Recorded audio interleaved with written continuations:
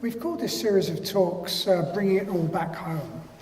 And what we've been doing is looking at traditional ancient Buddhist teachings that were often given, as much as 1,500 years ago, to people who, in a way, thought very differently from us, lived very different lives from us, had a very different cultural context from us, lived in a completely different culture from us, and looking at how perhaps some of those teachings needed to be, as it were, translated. Not just translated in terms of language, but almost translated from one mindset to another so that we could actually use them in our practice, so that we could bring them home, as it were, to Sheffield in the 21st century. And the teaching, if you like, that I'd like to talk about tonight, it's not really a teaching so much as just a phrase, but it's a phrase that opens out into a whole approach to the Dharma life. And that phrase is going for refuge. So that's a phrase that has immense importance in Buddhism in general, and it's got a particularly strong importance in our tradition. And we need to understand what this phrase actually means. We need to open it out and see what it really means to be able to practice effectively. Okay, going for refuge. It's a phrase that can sound more like Buddhist jargon than anything else. For some people it can sound very off-putting. It definitely needs translating. It needs opening up. And Pradaya has given us a really good start on that. So a few weeks ago, Pradaya gave a short talk, 15-minute talk, on doing precisely that, looking at going for refuge. What does going for refuge actually mean? What's the real meaning of it? But tonight I'd like to expand a bit on Pradaya's talk, maybe taking it a bit deeper than he could in just 15 minutes, I hope. Or maybe I'll just be more long-winded. So the phrase going for refuge, it dates right back to the earliest days of Buddhism. It dates right back to the Pali Canon. It crops up over and over again in the Pali Canon. The Pali Canon is a collection of the records of the Buddha's teaching and life in the Pali language, which gets us as close probably as possible as we can actually get to the actual words and the actual life of the Buddha. And often in the stories of people's encounters with the Buddha's encounters with people in the Pali Canon. So the Buddha would give somebody a teaching which seemed to them to open up a completely new vision of what it meant to be a human being, a completely new vision of what life was about. So, for example, just to take one such sutta, there's a sutta called the Potthapada Sutta. I like the name. I chose it because I like the name, the Potthapada Sutta. And it's quite funny because Potthapada is sitting in the hall of Queen Malika with a large crowd of 300 wanderers. And they were all shouting and making a great commotion, indulging in various kinds of unedifying conversation, it says here. Such as about kings, robbers, ministers, armies, dangers, wars, food, drink. It sounds like being down the pub, doesn't it? Kings, clothes, beds, garlands, perfumes, relatives, carriages, villages, towns and cities, countries, women, heroes, street and well gossip, talk of the departed, desultory chat, speculations about land, sea, and talk of being and non-being. Talk of being and non-being. So, they got some stuff in. Anyway, so the Buddha comes along and Potthapada, shh.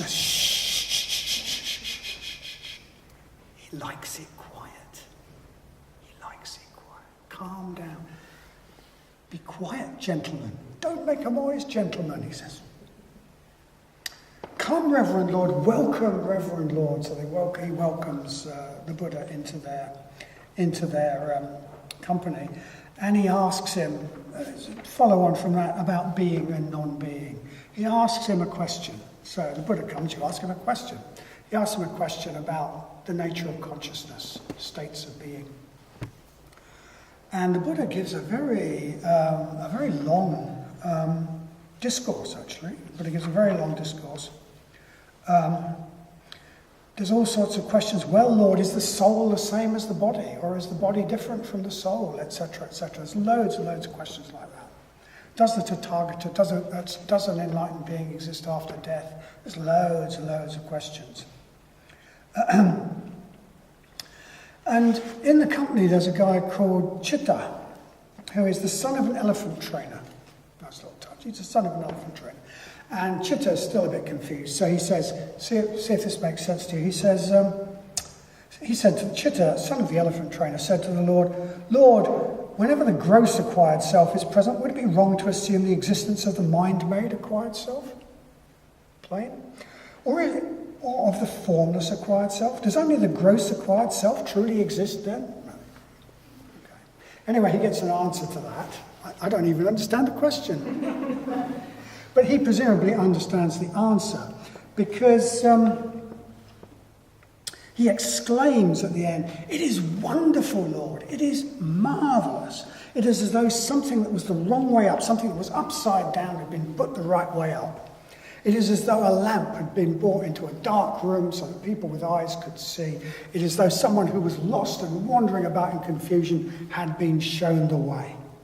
I go for refuge to the Buddha. I go for refuge to the Dharma. I go for refuge to the Sangha. Please accept me as a follower for the rest of my life." Okay, so I go for refuge to the Buddha. I go for refuge to the Dharma. I go for refuge to the Sangha. The way he sees the world has been changed, so that he realizes he's been seeing things upside down, and now they've been put the right way up. He sees that he's been stumbling around in the dark, and this encounter has been like somebody switching on a light, so that he can see. He's been lost. He's been wandering around in confusion. This is how he feels. He's been wandering around in confusion, and somebody's shown him the way to where he wants to go. How he needs to live. He's got a new vision of what his life is about. The Buddha's words and the Buddha's presence has caused a complete turning around in Potapada's approach to life, so that he commits himself for life there and then. The way he thinks about life, not Potapada, Chitta. Potapada's also there and does the same thing, but I just like Chitta because he's an elephant trainer's son, actually. The way he feels about himself and his life has changed. The direction he wants to take in his life has changed. And the results of this total change in his whole being is what he expresses in the phrase, "I go for refuge." I go for refuge to the Buddha, the Dharma, and the Sangha. And this going for refuge is something that Sangharakshita, the founder of our order, just sees as the quintessentially important spiritual act. This is what he says about the going for refuge that we hear about in the Pali Canon. He says, "The Buddha's inspired speech is like a revelation to them. What he says opens up a completely new world. They see their life in a completely new light. They see a new path that stretches to infinity. They feel their whole being shaken to its foundations. The scriptures say that sometimes their hair stands on end with the shock, and they even shed tears. They are so emotionally aroused." So that's what going for refuge meant at the time of the Buddha. It meant a spiritual experience, deep spiritual experience that involved people's whole being, that shook them to their foundations, that made them cry sometimes, that made their hair stand on end. So we're talking about something pretty significant, actually.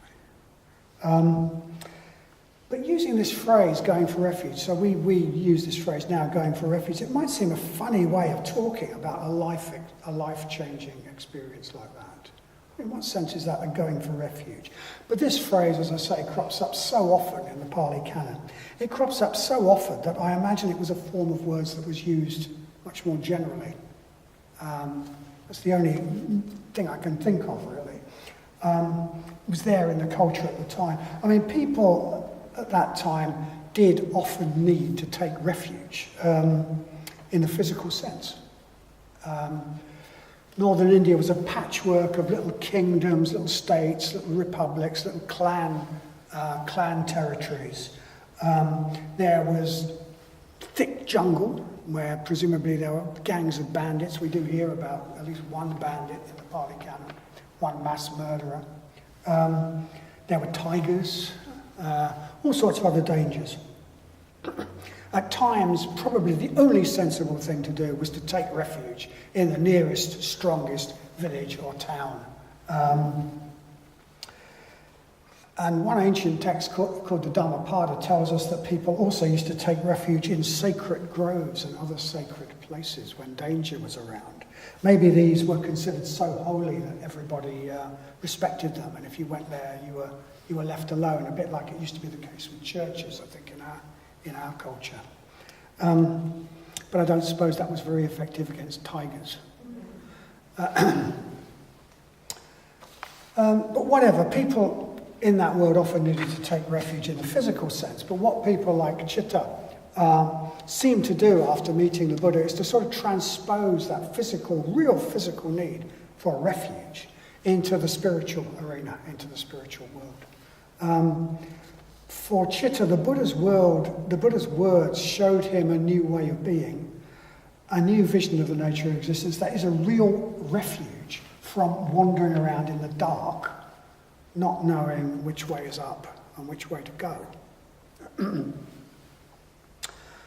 And we all have our refuges that seem to rescue us from wandering around in the dark, not knowing which way is up and which way to go. We all have our refuges from the meaninglessness and inescapable dukkha, inescapable dissatisfaction, even suffering of existence that is part of life. We all go for refuge to something. It might be family, it might be career, it might be status, it might be pleasure, it might be popularity, it might be entertainment and distraction, it might be financial security. It almost certainly shows up as what we go to when life gets hard, or even when we get bored. Netflix, our phone, a snack, a beer, a joint, some sex. What do we go to? What is it that we, as it were, take refuge from dissatisfaction in? We all do it. We all take refuge in something.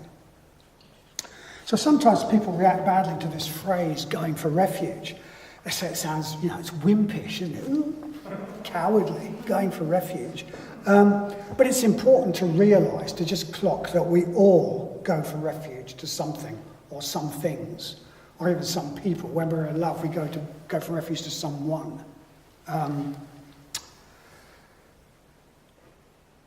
And in encounters like Chitta's encounter with the Buddha, when he saw a new way of being that made the usual sorts of refuges that most of us go to most of the time seem unimportant and unreliable. Because he saw that becoming the person he could be, the person he has the potential to be, was the real solution to life's apparent meaninglessness and to the dissatisfaction and suffering of life. So these people like Chitta Pottapada, they were completely turned around by their going for refuge. The way they thought changed, the way they felt changed, the way they lived and had an impact on the world changed.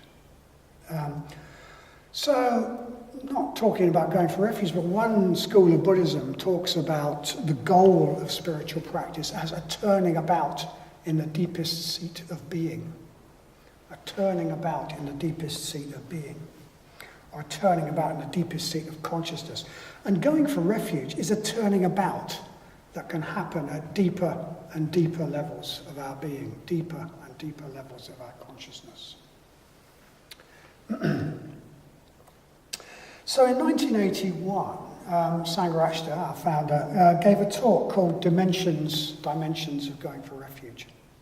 in which he set out this vision his vision of going for refuge as the central act of the spiritual life.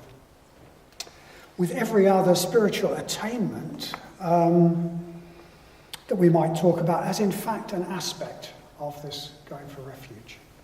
So he talked about one aspect of going for refuge is what's traditionally called going forth. So he talked about going forth. We actually heard a talk from somebody about Satyajoti. We actually heard a talk from Satyajoti about going forth a few weeks ago, translating that term. Going forth, well, traditionally means freeing ourselves. It means literally the Buddha went forth. He went forth from his home in a palace to a homeless life. But it gets taken to mean, it gets expanded to mean going forth, freeing ourselves from depending on material things, material wealth, for example, possessions, leaving behind what binds us, living a simpler, less cluttered life. So yeah, it's about freedom, going forth from sort of being cluttered up to being free. That is an aspect of going for refuge. We sometimes talk about renunciation. Renunciation sounds a bit harsh, but going forth, we're leaving some things behind and moving into a different life, a life of more liberty, less clutter. That's an aspect of going for refuge. Going for refuge involves that. The more we go for refuge, the more we go forth. Another aspect is a deepening of what we might call faith, confidence, faith, what Buddhists call shraddha, which isn't exactly faith. It's more an intuitive sense, an intuitive connection with what we know to be spiritually right and beautiful, a desire to move in that direction, a sort of heart knowledge of the way we need to move, the way we need to live. That's another aspect of going for refuge. The more we deepen our going for refuge, the deeper our faith becomes. Conversely, the deeper our faith becomes, the deeper our going for refuge becomes. So going for refuge also involves a transformation of our emotional life. So that the more we go for refuge, the more we live from metta, from compassion, the more joy we experience. It involves an increase in altruism, a sort of desire not to be so much about ourselves all the time, but a desire to make a contribution, to act in a way that benefits others and the world. So as our going for refuge deepens, our desire to be of service deepens. It involves an increase in ethical sensitivity. The more we go for refuge, the more we feel a love of virtue. Just a desire to be upright, a desire to be kind and upright, and if you like, a noble person. An increase in ethical sensitivity. It involves a clearer vision of the nature of things. The deeper our going for refuge is, the deeper our vision is. So Sangharakshita talks about that in a traditional way, which I quite like. He talks about our Dharma eye opening, our eye of truth opening. So as we go for refuge, an aspect of going for refuge is an opening of the Dharma eye, an opening of the eye of truth. The more we go for refuge, the more our Dharma eye opens, the more we see things as they are, as they really are. So going for refuge has got that cognitive element, that element of seeing, that element of thinking rightly, that is sometimes called insight. And of course, there's a strong volitional element in going for refuge. I mean, sometimes when people talk about going for refuge, they talk about it as commitment, major commitment. It's commitment. Commitment is what we mainly see, I suppose, of somebody who's going for refuge. When somebody's going for refuge, well, there's a lot of them running in the direction of enlightenment, and they commit to circumstances, they commit to practices that help them to move in that direction. So commitment is a strong part of going for refuge. And as I've said, for Sangharakshita, going for refuge is the central act of the spiritual life, the central spiritual experience that involves our head, our heart, if you like, our guts, our will, and it can happen at deeper and deeper levels. It involves all the aspects I've just talked about. One of those aspects might be our cutting edge for a while. We might be focusing on, well, I'm developing metta, that's what I need to do. I'm developing kindness. I'm cultivating my Shraddha, I'm cultivating a sort of sense of faith. Or I'm really reflecting on the Dharma, trying to develop a better sense of the nature of things. Any of those might be our cutting edge. But none of those is it on its own.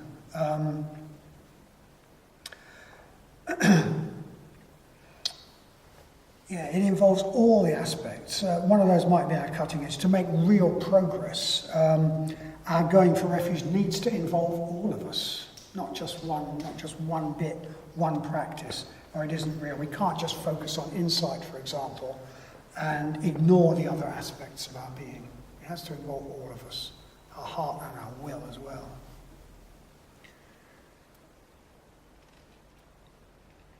But so for Sangharakshita, it's the central act, the central spiritual experience. But he also pointed out that traditional schools of Buddhism often seem to have lost sight of the centrality of going for refuge, of what it really meant at the time of the Buddha, that it made people's hair stand on end.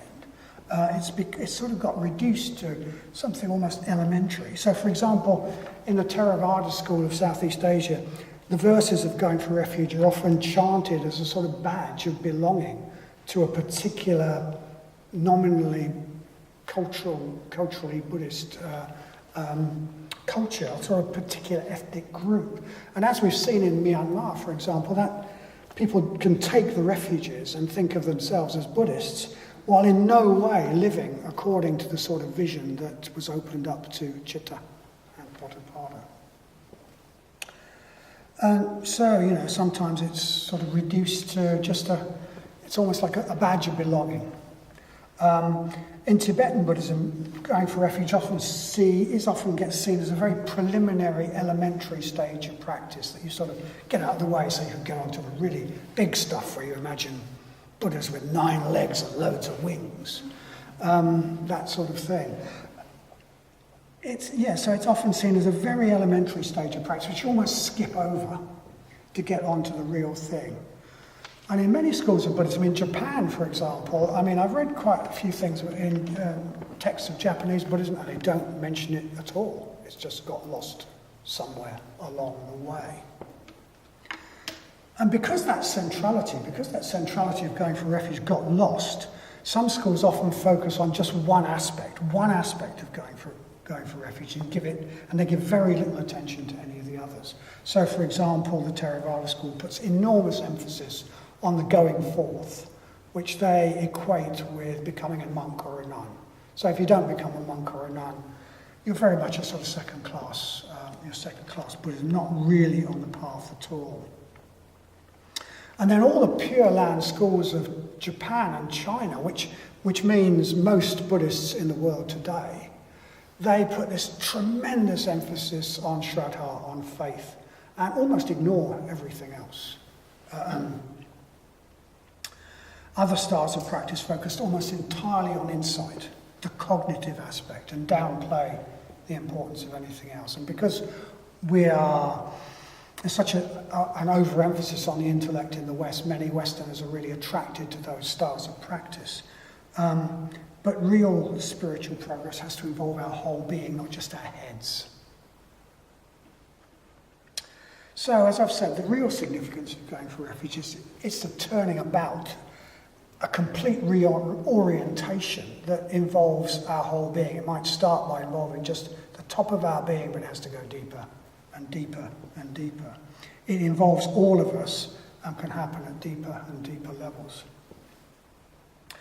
And the real goal of spiritual practice is therefore to deepen our going for refuge. To deepen that turning about in all its aspects, to make it more and more profound, affecting more and more of us. So in a talk he gave at a convention of order members back in 1978, called Levels of Going for Refuge, Sangharakshita tried to set out some of the main stages that he saw this deepening in our going for refuge taking place. So he talked about what he called cultural going for refuge. That was his first one, cultural going for refuge. Or he also called it ethnic going for refuge. So this is the level of going for refuge of most people who live in a traditional Buddhist country, consider themselves Buddhist. Maybe they chant the refuge formula, but really their priorities, their orientation, their life, what their life is about, is pretty much the same as everybody else's, people in non-Buddhist countries as well.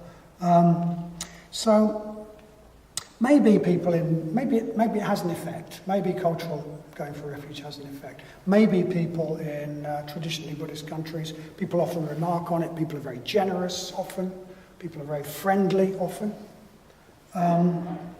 So maybe it has an effect. But as we've seen, just to repeat myself, as we've seen in Myanmar, ethnic going for refuge sometimes doesn't really make that much difference to the way people act. And the Triratna community, we've been around so long that even in Triratna there are no doubt people whose going for refuge is cultural. People who drink herb tea. They're vegetarian, use all the right words. He gave me some difficult feedback. You're projecting. Got the compulsory cloggy things, what are they called? Yeah, Crocs. Yeah. But don't meditate much and don't practice really seriously. It's sort of quite a nice place to be. We're quite a nice bunch. So there'll be among us those whose level of going for refuge is cultural. Next, Sangha actually talks about provisional, a level of provisional going for refuge. He describes this as the level of someone, his words are, someone who has started taking Buddhism seriously to some extent, who practices to some extent, but hasn't really committed themselves. I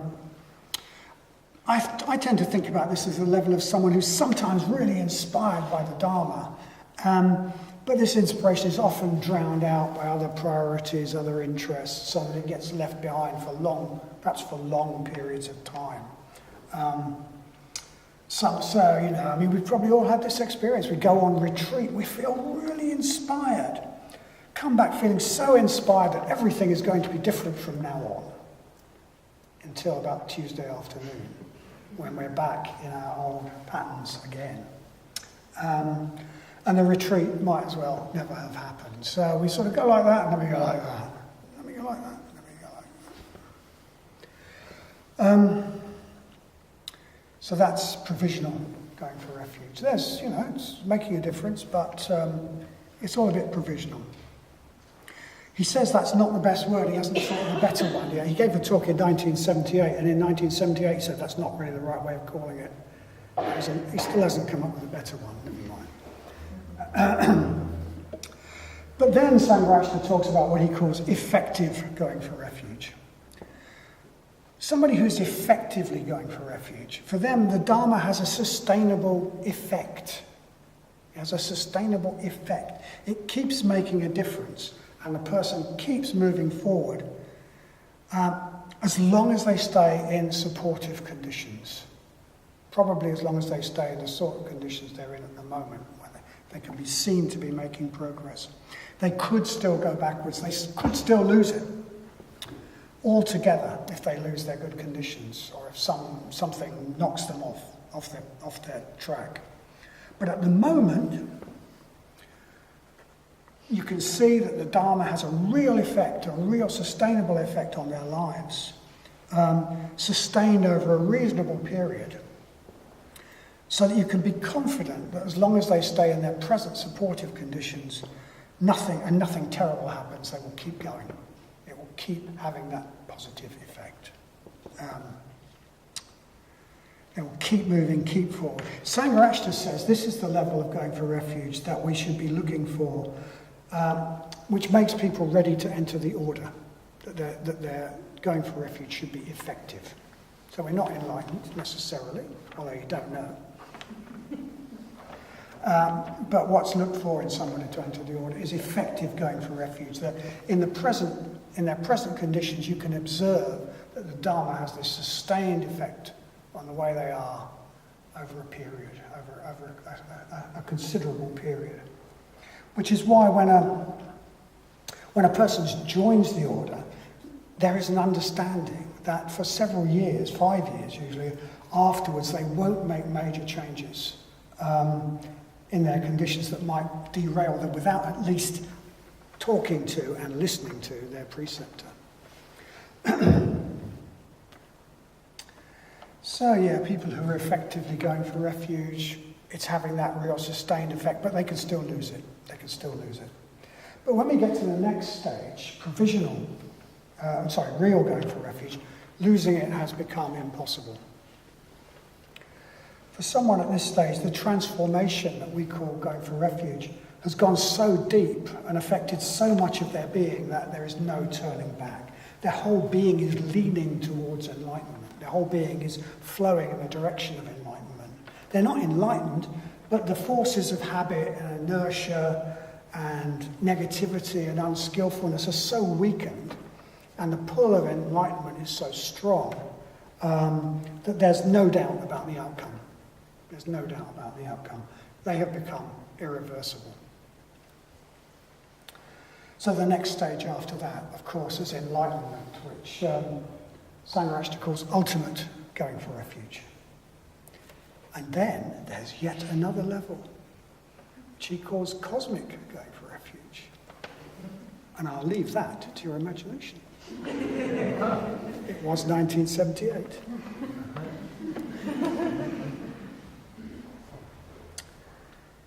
So the main point, I think, to take away from all this is that the main goal of our practice is to deepen our going for refuge, to make this reorientation in our being more and more profound, so it affects our whole, affects more and more of our being. Not to get sort of derailed by a very one-sided approach to practice, where we just see one thing as what it's all about, which can happen. It's about a transformation of the whole being. Something might be our cutting edge for a while, but we need to think about that movement of the whole being. So, with that proviso, yeah, the main goal of our practice is to deepen our going for refuge, to make that reorientation more and more deep. So, if we are at the level of, if we're the person with the Crocs and the herb tea, well, maybe we should start going on retreat, and maybe we should start meditating and actually doing some of the things that this culture advises us to do.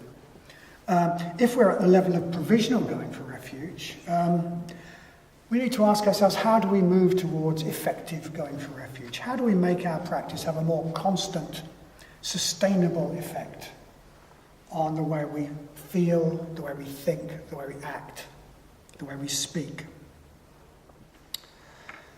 And one way to do that would actually be to enter the training to become a member of the Western Buddhist order, because that's what that training is designed to do.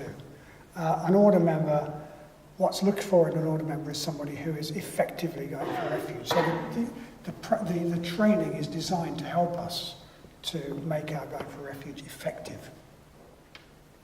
It's designed to help us move towards effective going for refuge. If we are already at the level of effective going for refuge, how do we move towards real going for refuge? How do we cultivate the sort of movement towards enlightenment? How do we weaken the forces that hold us back to the extent that our whole being is flowing in the direction of enlightenment? We're leaning towards enlightenment. There's no going back. And then, of course, once we reach that level, the question becomes irrelevant. Because the forces pulling us towards enlightenment have become so strong that our going for refuge will get deeper and deeper of its own accord. So, yeah, at a practical level, what does this involve us doing? What does it involve us doing? I I think for a start it might involve us looking at what maybe holds us back. Maybe we need to ask, what else do I go for refuge to? What else do I go for refuge to? What do I really go for refuge to?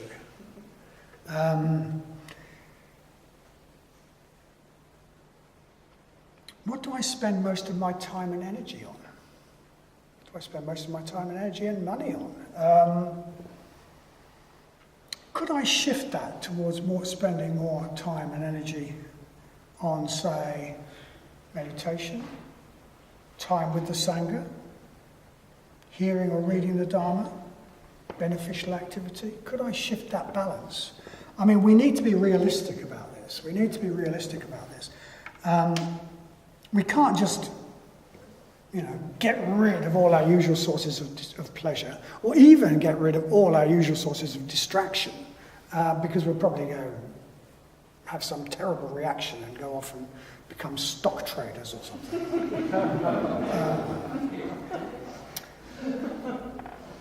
And live a life of unmitigated hedonism or something. We can't do that. We have to work with the person we are. We need to be realistic. We're probably not ready for that, but we can shift the balance. I mean, very often the spiritual life we require nous for the spiritual life. We're required to know ourselves and know how far we can go without sort of causing some sort of big reaction in ourselves. How can we shift the balance in where we spend our time, energy, etc.?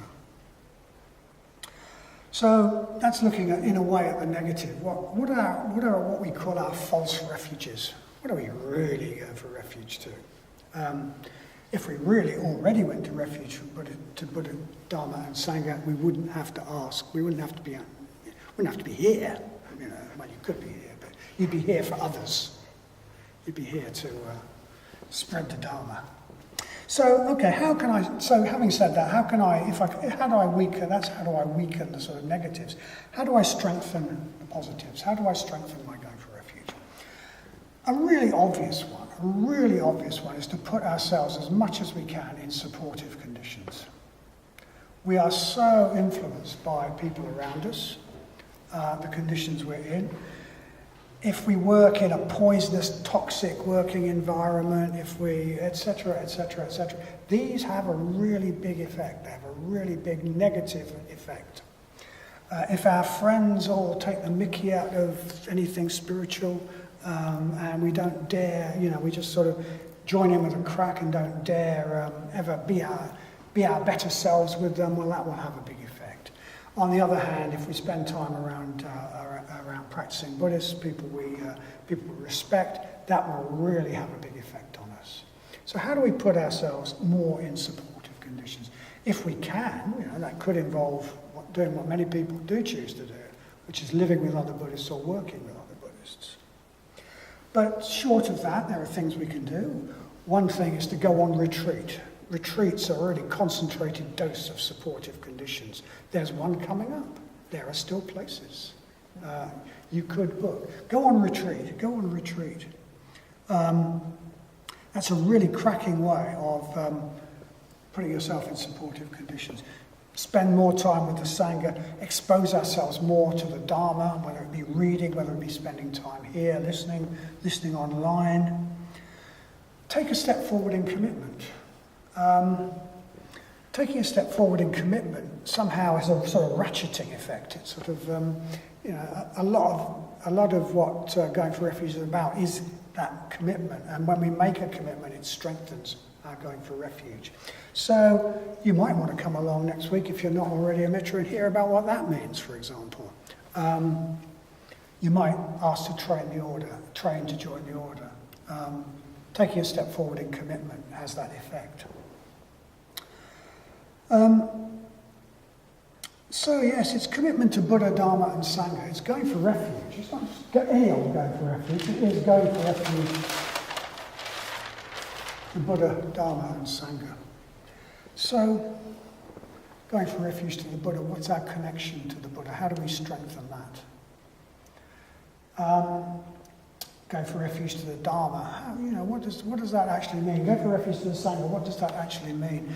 In his talk, which called Levels of Going for Refuge, Sangha actually talks about the importance of being specific. And he talks about this as the importance of what he calls the esoteric refuges. So, the Buddha, we go for refuge to the Buddha.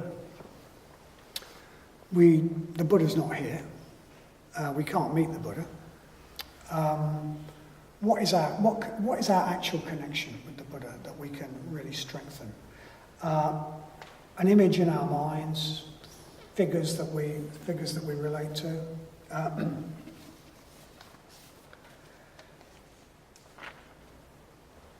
Qualities that we aspire to. It might even be someone we respect.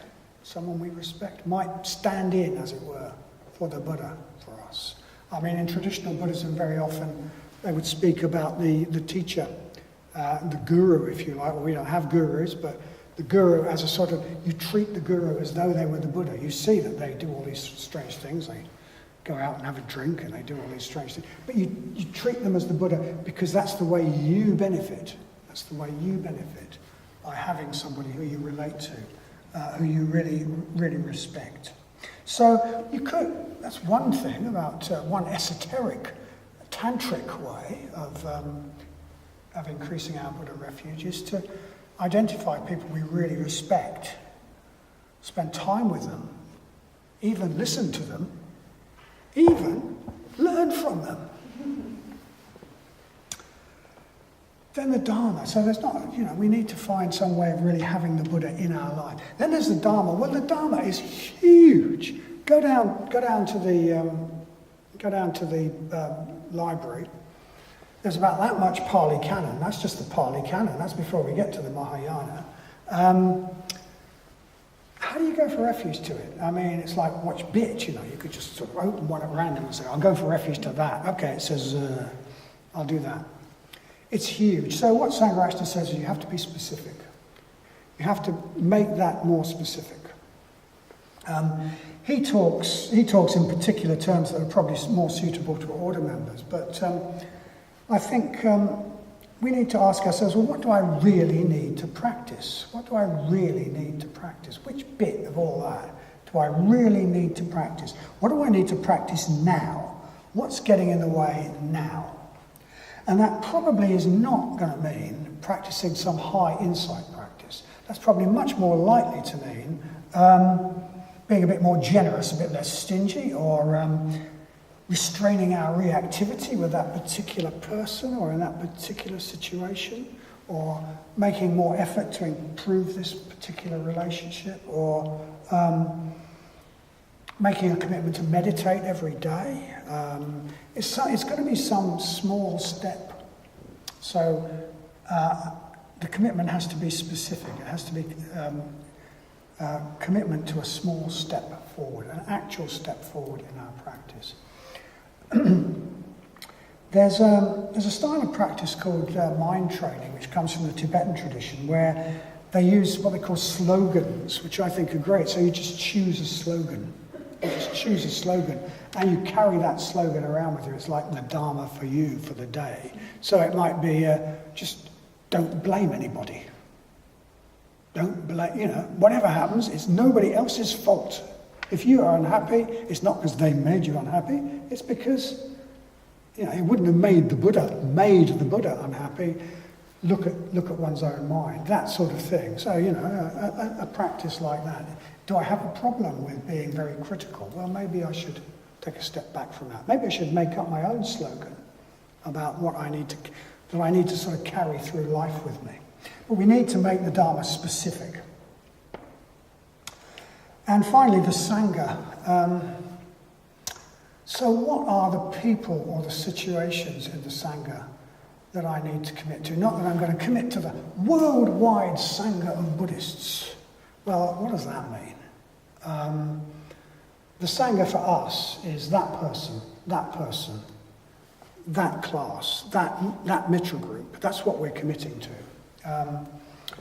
So we need to think in those terms. How can I deepen my connection with the Sangha? How can I deepen my commitment to the Sangha?